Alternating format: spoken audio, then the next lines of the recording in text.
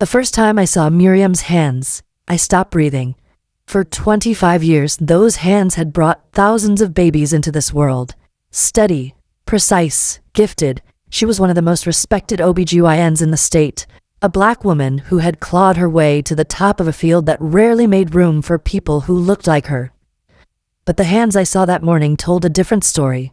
The skin was cracked open, raw, red flesh exposed where she'd scrubbed too hard, too long, too many times. The edges of her nails were crusted with dried blood. She held them in her lap like wounded animals, trembling. "I can't stop," she whispered. "No matter how much I wash, I can't get clean." In 22 years as a psychologist, I've learned that hands tell stories the mouth refuses to speak. Miriam's hands were screaming, but it wasn't dirt she was trying to wash away. It was something that started when her son Daniel came home on his 24th birthday with a name.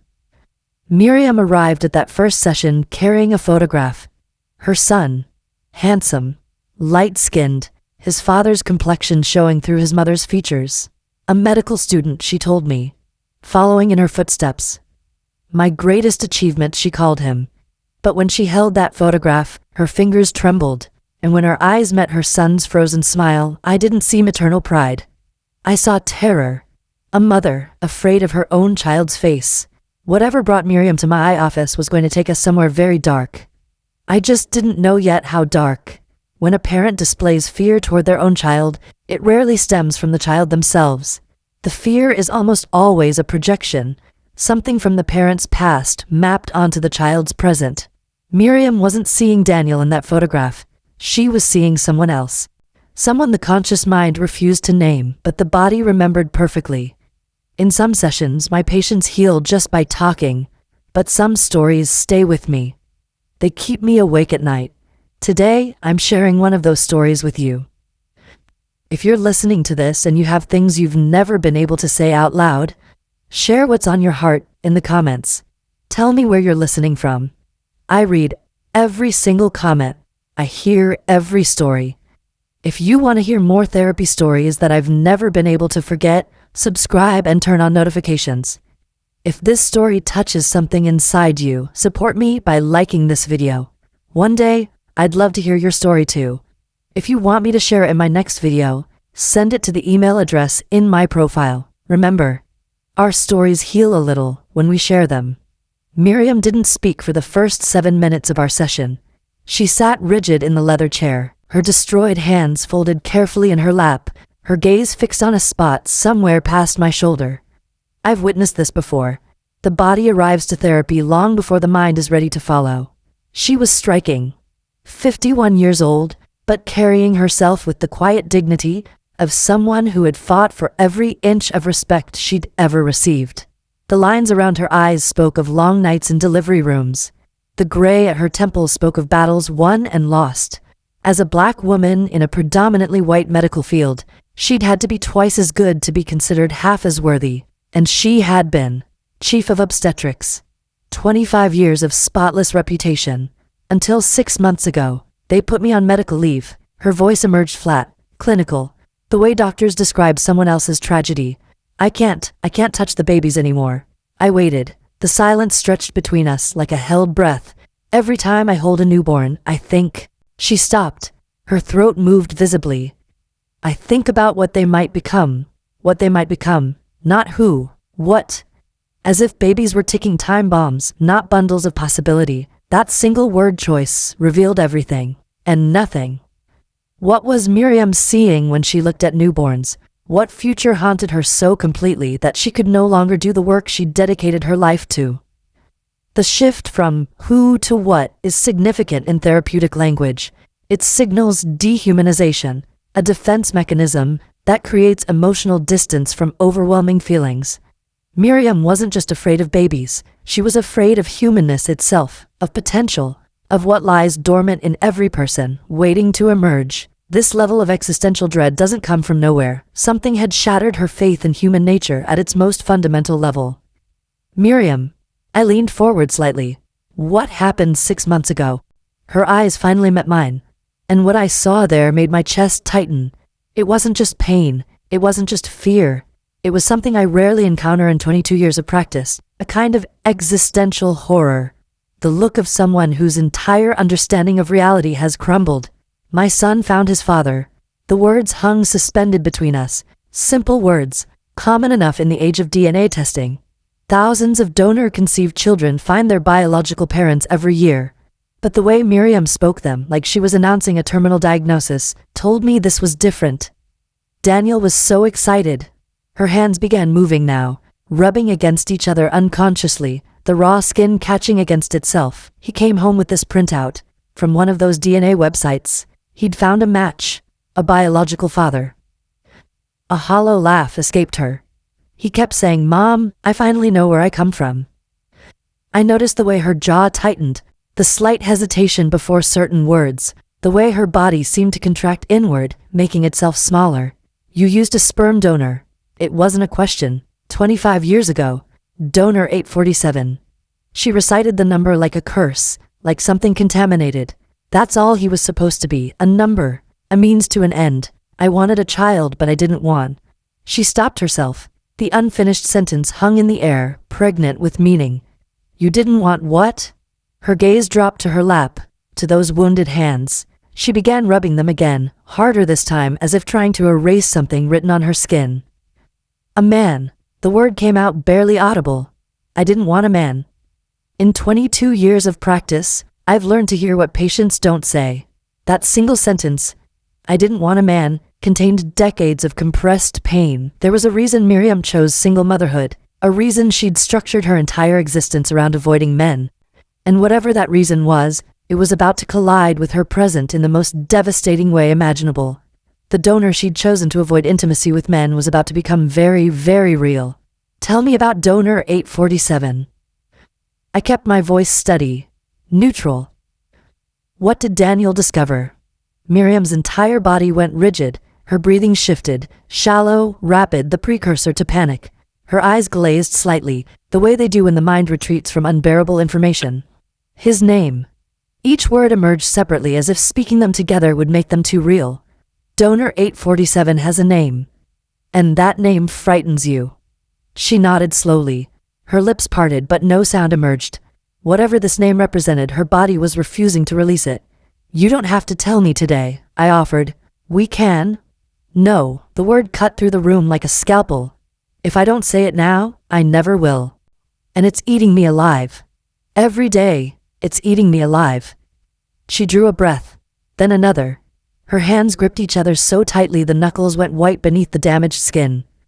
"Before I tell you his name, you need to understand something." Her voice had changed, lower, controlled, the clinical tone returning as a shield. "When I was 8 years old, I had a best friend. A boy named Marcus Turner. He lived 3 houses down from me. We used to walk to the library together every Saturday." She paused. The memory seemed to soften something in her face. Marcus was the only person who made me feel normal during those years, the only one who didn't make me feel broken. Those years. The phrase carried weight. What years? What had made a child feel broken? Marcus killed himself when he was 15. The words landed like stones dropped into still water. I let the ripples settle before responding. "I didn't understand why at the time," she continued. "Nobody talked about it. His family moved away. It was like he just vanished, like he'd never existed at all." Her gaze drifted to something far beyond the walls of my office, something decades and miles away. But I found out. When I researched donor 847's real identity, her voice dropped to barely a whisper. I found out why Marcus couldn't live anymore. My pulse quickened. The threads were beginning to connect, but into what pattern? "Miriam?" I kept my voice gentle but steady. "What does Marcus have to do with your son's biological father?" She looked at me then, looked through me. Her eyes held something ancient and terrible. "Everything," she breathed. "He has everything to do with it." The convergence of past and present traumas is one of the most destabilizing experiences a human being can face. When separate wounds from different periods of life suddenly reveal themselves to be connected, the psyche experiences what I call traumatic collapse. The sensation that reality itself has betrayed you.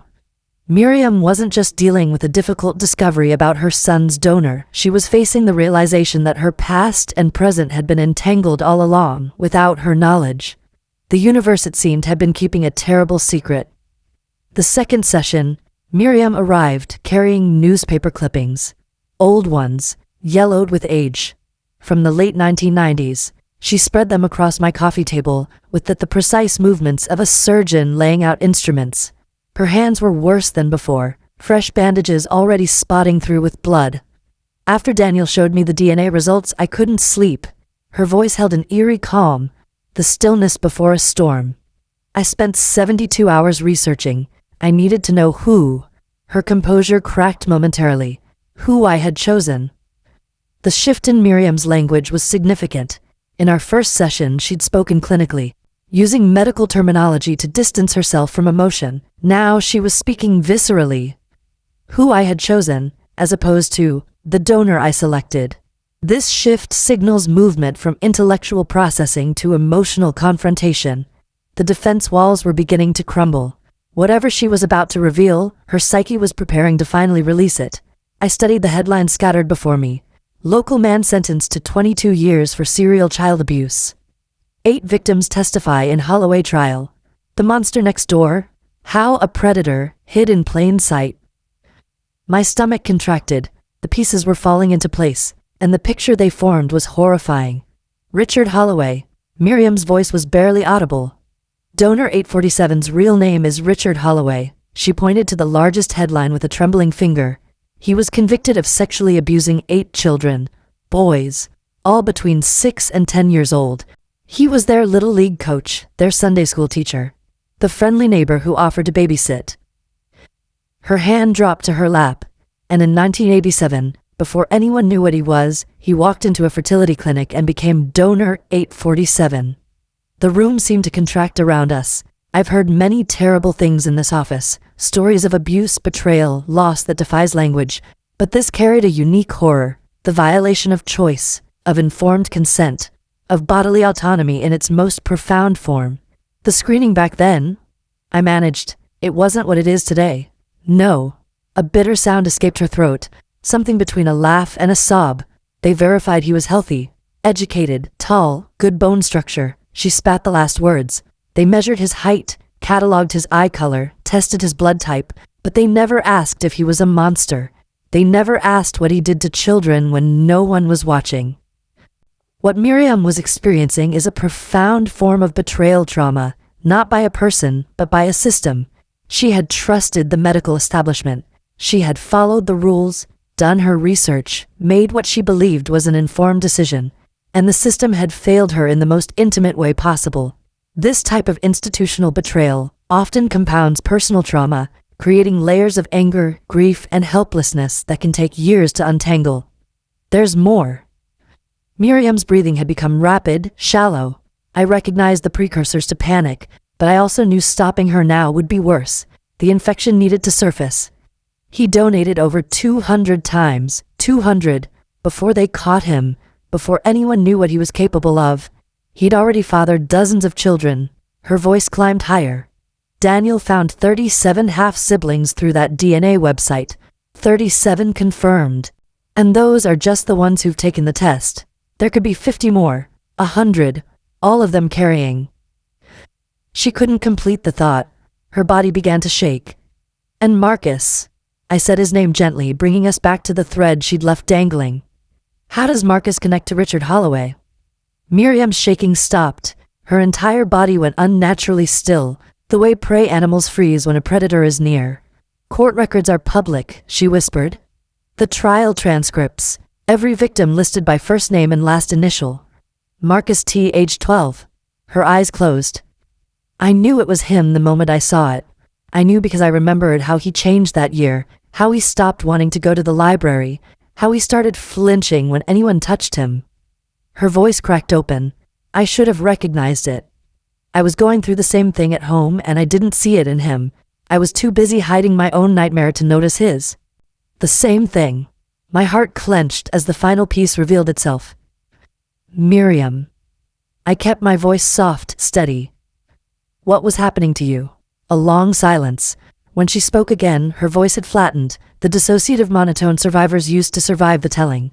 My stepfather, from when I was 8 until I was 12. 4 years, my mother worked night shifts at the hospital. She was never home when it happened. And he? She didn't finish. She didn't need to. The layers of Miriam's trauma were now fully visible. Childhood sexual abuse had driven her to avoid men, to build a life of careful isolation and control.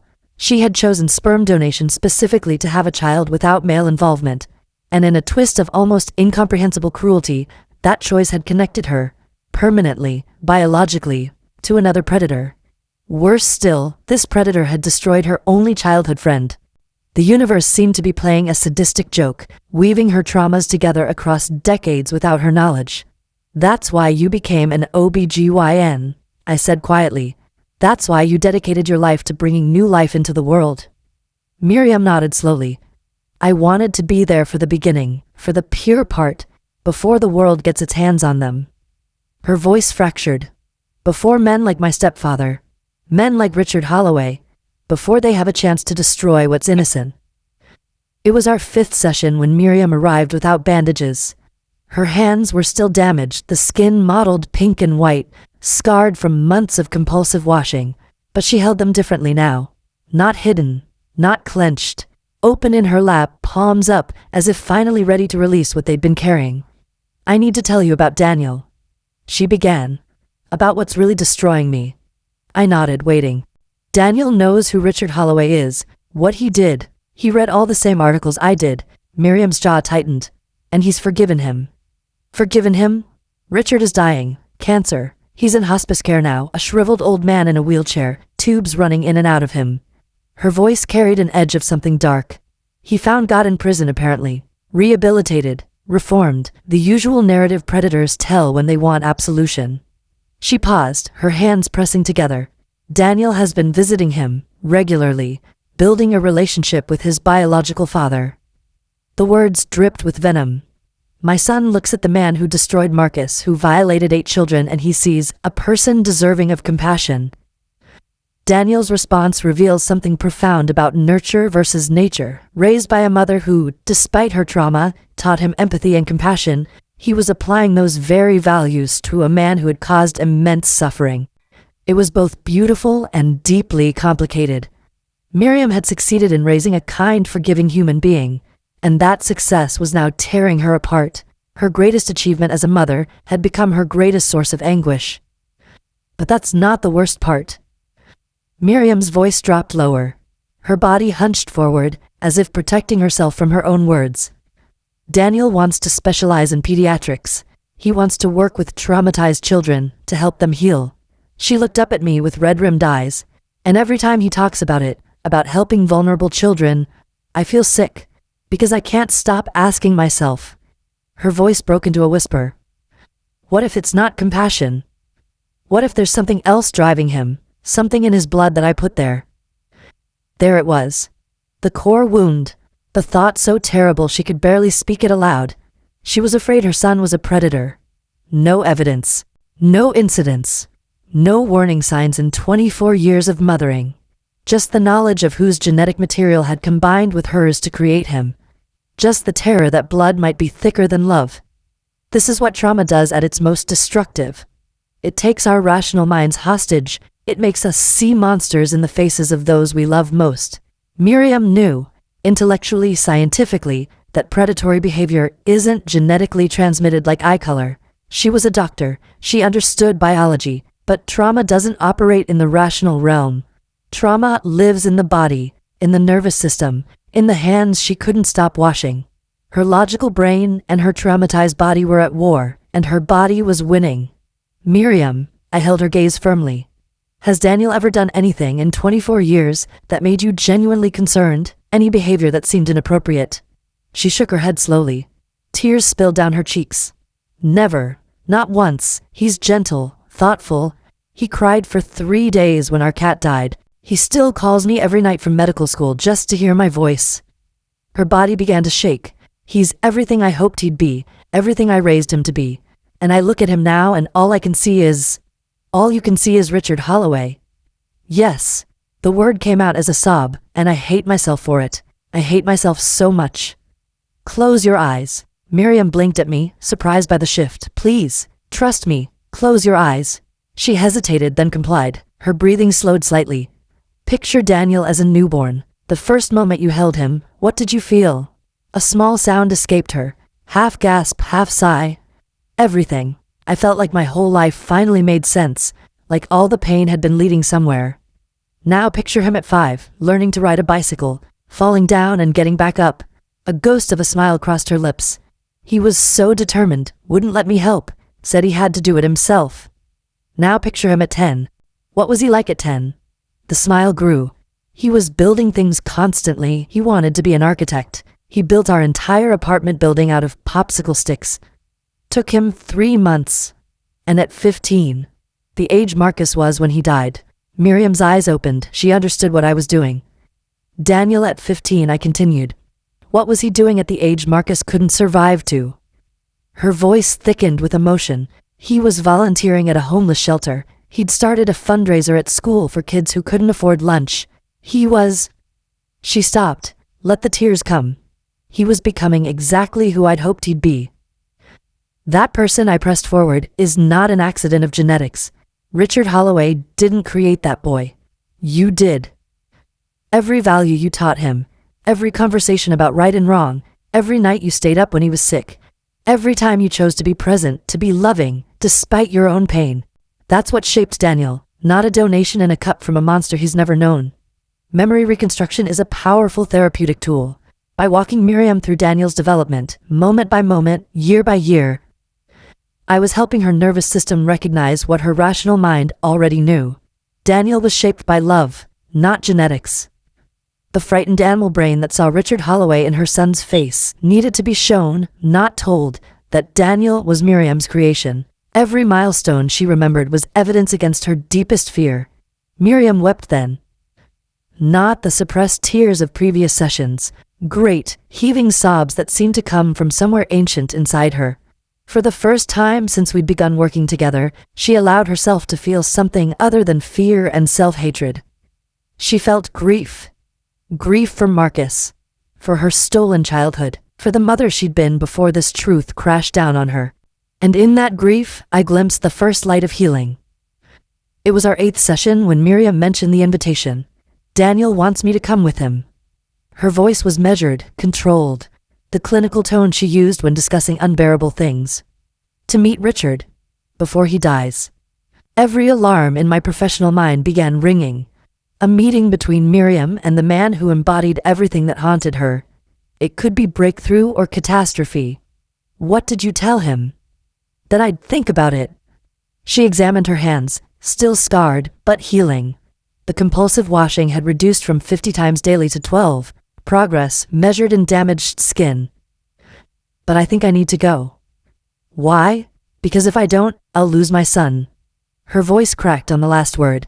Daniel doesn't understand why I've been struggling. He doesn't know about my stepfather. He doesn't know about Marcus. He just thinks I'm being irrational. A bitter laugh escaped her. He accused me of rejecting his biological father because Richard is white. After everything, after all of it, my son thinks this is about race. The irony was almost unbearable. Miriam had spent 24 years protecting Daniel, from her past, from her pain, from the truth of how he came to exist. That protection had worked so well that he'd grown into a compassionate man incapable of imagining his mother's trauma. Her walls had kept him safe, but now those same walls were keeping them apart. The secrets meant to protect him were destroying their relationship. This is the paradox of protective silence. What saves us can also imprison us. I think you should go, I told her. Her eyes widened. You do? Not for Richard Holloway, not even for Daniel, though it will help him understand you. I leaned forward. For yourself. You've been running from what this man represents your entire adult life. You ran from men, from intimacy, from vulnerability. You built a career where you could control everything, protect everyone, but you can't run anymore. Richard Holloway is dying regardless of what you do. The question is, do you want him to take your peace with him when he goes? Miriam didn't respond immediately, but something shifted behind her eyes. Something that looked almost like resolve. She went. 2 weeks later, Miriam walked into my office transformed. Not healed. Healing doesn't happen that quickly, but changed. There was something in her posture that hadn't been there before. A straightness to her spine. A steadiness in her gaze. "Tell me," she settled into the chair, drew a breath, and began. He was smaller than I'd imagined, shrunken, hooked up to machines barely weighing 90 pounds. She shook her head slowly. I'd built him up in my mind as this force of destruction, this monster powerful enough to haunt my entire life. And he was just a dying old man in a hospital bed, drowning in his own fluids. "Did he know who you were?" Daniel introduced me as his mother. Richard looked at me with these watery eyes and smiled. This weak, pathetic smile. He said, her jaw tightened. He said, "Thank you for raising such a fine young man." As if he deserved credit, as if he'd contributed anything beyond a cup of genetic material and a lifetime of destruction. "What did you want to say to him?" "Everything." The word came out fierce. I wanted to scream at him, tell him about Marcus, about the boy he broke so completely that death seemed preferable to living with the memories. I wanted to tell him that I knew exactly what those children went through because the same thing happened to me. I wanted him to know that he hadn't just fathered my son, he'd given me a genetic connection to my own worst nightmare. "But you didn't." "No." Her voice softened. I looked at Daniel instead. Hell, at my son. At this beautiful, compassionate man watching his dying biological father with such openness, such willingness to believe in redemption. Tears slipped down her cheeks, but she was smiling, and I realized something that changed everything. This is what I call the moment of reclamation, when a survivor takes back their narrative. For 25 years, Miriam had unconsciously given power to the unknown donor, fearing him, avoiding thoughts of him, and ultimately being devastated by his identity. But standing in that hospice room, between a dying predator and the son she'd raised, Miriam finally saw clearly. She was the author of Daniel's story. Not donor 847. The monster in the bed had contributed chromosomes. Miriam had contributed everything that mattered. That compassion Daniel has, that openness, Richard Holloway didn't give him that. Miriam's voice grew stronger. I did. I taught him empathy. I showed him what kindness looks like. Every good thing in Daniel, every quality that makes him who he is, that came from me, from our life together. Richard Holloway is just a biological footnote. He's not Daniel's father. I am Daniel's parent, the only one who ever mattered. There's more. Miriam wiped her eyes. Afterward in the car, I told Daniel everything. My heart nearly stopped. Everything, my stepfather, what happened to me as a child, and Marcus, the friend I lost who turned out to be one of Richard's victims.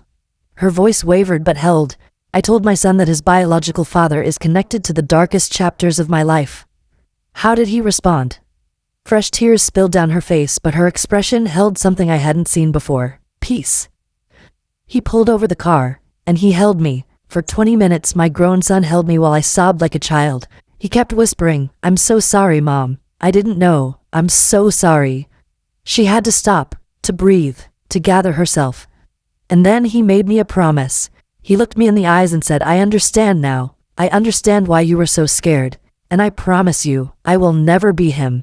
I will spend my entire life proving that I am your son, only yours." The intergenerational transmission of healing is rare to witness so directly. Daniel, upon learning the terrible truth about his biological origins, didn't retreat or defend Richard Holloway. He turned toward his mother's pain and met it with the only thing that truly heals: unconditional presence. The cycle of trauma that had haunted Miriam's family wasn't just broken, it was reversed. Her pain, transformed through honesty and connection, had become the foundation for deeper intimacy with her son. "And Richard?" I asked gently. "What about Daniel's relationship with him?" Miriam's expression settled into something calm, resolved. "Daniel will keep visiting him until the end. He says he needs to do that for himself, to make peace with his own biology, but he'll never ask me to come again. And he'll never call that man his father." She looked at me with clear eyes. "Richard Holloway is going to die surrounded by the consequences of his choices, not abandoned because my son is too kind for that, but truly known, seen for exactly what he is, a donor, a number, nothing more." Our final session came 3 months later. Miriam's hands had healed, not perfectly. Faint scars remained, a permanent reminder of those dark months. But the compulsive washing had stopped entirely. She held her hands loosely in her lap, relaxed, unguarded. She'd returned to medicine, though in a different capacity now, teaching the next generation of OBGYNs, passing on not just technique, but wisdom. How to hold a frightened mother's hand, how to deliver devastating news without destroying hope, how to remain human in a profession that often demands detachment. "I delivered a baby last week," she told me, her face brightening. "First time in almost a year, a little girl, 7 pounds, 4 ounces. Perfect." How did it feel? Her smile reached her eyes, something I'd never seen before. Like coming home. I asked about Daniel. He'd graduated medical school, started his residency in pediatrics as planned, but there was something new in his trajectory. "He's specializing in trauma-informed care for children," Miriam said, pride warming her voice. "Not because of Richard Holloway, because of me. Because of what I finally trusted him with." Her eyes glistened. "He told me he wants to be the adult he wishes someone had been for me, for Marcus, for all the children who suffered in silence." The intergenerational transmission of healing is one of the most beautiful phenomena in human psychology. Miriam's pain, held in secret for decades, had been transformed through truth-telling into her son's calling. Daniel wasn't drawn to traumatized children because of some dark genetic inheritance. He was drawn to them because his mother had finally shown him her wounds. Her vulnerability became his vocation. The cycle of abuse that began with Miriam's stepfather, that continued through Richard Holloway's crimes, was ending. Not with silence, but with purpose. "And Richard?" I asked. "He passed 2 weeks ago." Miriam's voice was neutral, not cold, but settled, at peace. "Daniel was there at the end. I wasn't." She paused. "But I sent flowers. Not for Richard, for my son, so he'd know I supported him being there, even if I couldn't be." "How do you feel about his death?" She considered the question with the thoughtfulness I'd come to expect from her. I expected to feel relieved, or vindicated, or at least satisfied that he suffered at the end. She shook her head slowly. "But honestly, I felt nothing, and that nothing felt like freedom. He wasn't my monster anymore. He was just a man who made terrible choices and died alone with the consequences." This is what true healing looks like, not the erasure of memory, not the absence of pain, but the neutralization of power. Richard Holloway would always be part of Miriam's story, but he was no longer its author. She had reclaimed her pen. The man who had haunted her through genetics, through connection to her lost friend, through her deepest fears about her son, that man was now just a footnote, a donor number. Nothing more. Miriam had written herself free. "I'm writing about it," she said. "My experience, the donor system, what happened when Daniel found the truth. I want to publish it." Why? Because other women deserve to know this can happen, that the screening isn't enough, that they deserve the full truth about who is contributing to their children's genetics. Her jaw set with determination, and because telling my story might help someone else survive theirs. Advocacy, the final stage of healing for many survivors, transforming personal pain into collective protection. One last question, I ventured. If you could go back 25 years, knowing everything you know now, would you still choose donor 847? Miriam didn't hesitate. Yes. Her voice was clear, certain, because that choice gave me Daniel, and Daniel is the best thing I've ever done, the best thing I've ever been. Tears gathered, but she was smiling. Richard Holloway took so much from so many people, but he couldn't take my son. He never could, because Daniel was never his. Daniel was always only mine. She rose to leave. At the door, she turned back. "Thank you for helping me find my way back to myself." I watched her walk away. This extraordinary woman who had survived childhood abuse, faced her deepest fears, and emerged not just intact, but transformed. Her hands, once destroyed by the desperate need to feel clean, hung loose and easy at her sides. She didn't need to wash them anymore. She was finally clean. I hope this story has helped you see your own life, your feelings, or the people around you in a different way. I hope it's helped you understand yourself and others a little better. I'd love to hear something about you in the comments. I'd love to know you and your story a little better. If you want to share what's on your heart, write to the email address in my profile. And if this story touched you, don't forget to like the video and subscribe. To be notified when the next real-life story drops, tap the bell icon to turn on notifications. Before we end, I want to ask you a few questions. Take a moment to think about them. What do you think about Miriam's story? Does her journey remind you of anything in your own life, or in the lives of people you know? Do you believe we are defined by our genetics, or by the people who raise us? Where do you think Daniel's compassion truly comes from? If you discovered something terrible about your own origins, would you want to know? How do you think you would handle it? What would you say to Miriam if you could speak to her? What would you want her to understand about herself? And what would you say to Daniel, a young man caught between two truths, the mother who raised him and the biological father he never knew? Do you believe people like Richard Holloway can truly change? Or are some acts unforgivable, regardless of time or circumstance? Share your thoughts in the comments. I read every single one. Your perspective matters. Your voice matters.